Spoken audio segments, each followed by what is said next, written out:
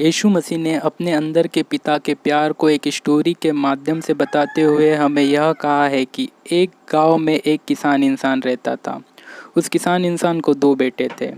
उसने एक दिन अपने ज़मीन और जायदाद का बंटवारा करने का सोचा और अपना आधा पैसा बड़े बेटे को और आधा पैसा छोटे बेटे को दे दिया। लेकिन छोटे बेटे ने अपने पिता और भाई को छोड़कर सारा पैसा लेकर एक दूसरे देश चला गया और उस देश में उसने अपने सारे पैसे उड़ा लिए। लेकिन इसके बाद ऐसा हुआ कि उस देश में भारी अकाल पड़ा और उसको उस देश में एक मजदूर की तरह काम करना पड़ रहा था और उसको वह खाना मिलता था जो खाना सूअरों को दिया जाता था और इस तरीके से वह अपना जीवन व्यतीत कर रहा था। लेकिन एक दिन वह निराश होकर सोचने लगा कि मेरे पिता के यहाँ पर इतना सारा खाना है कि वहाँ के सारे मजदूर खाना खाकर अपना पेट भर लेते हैं और उसने वापस अपने घर जाने का निर्णय लिया।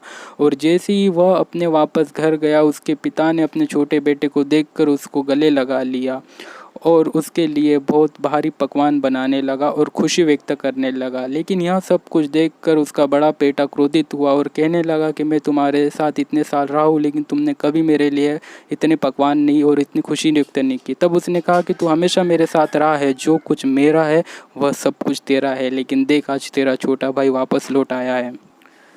स्टोरी के माध्यम से यीशु मसीह ने हमें बताया है कि वह हमें कभी नहीं छोड़ता है, वह हमारी हमेशा वापस आने की प्रतीक्षा करते रहता है।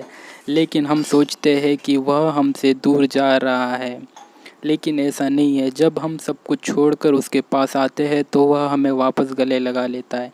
इब्रानियों 13:5 में उसने हमसे कहा है कि मैं तुम्हें न कभी छोड़ूंगा न तुम्हें कभी त्यागूंगा।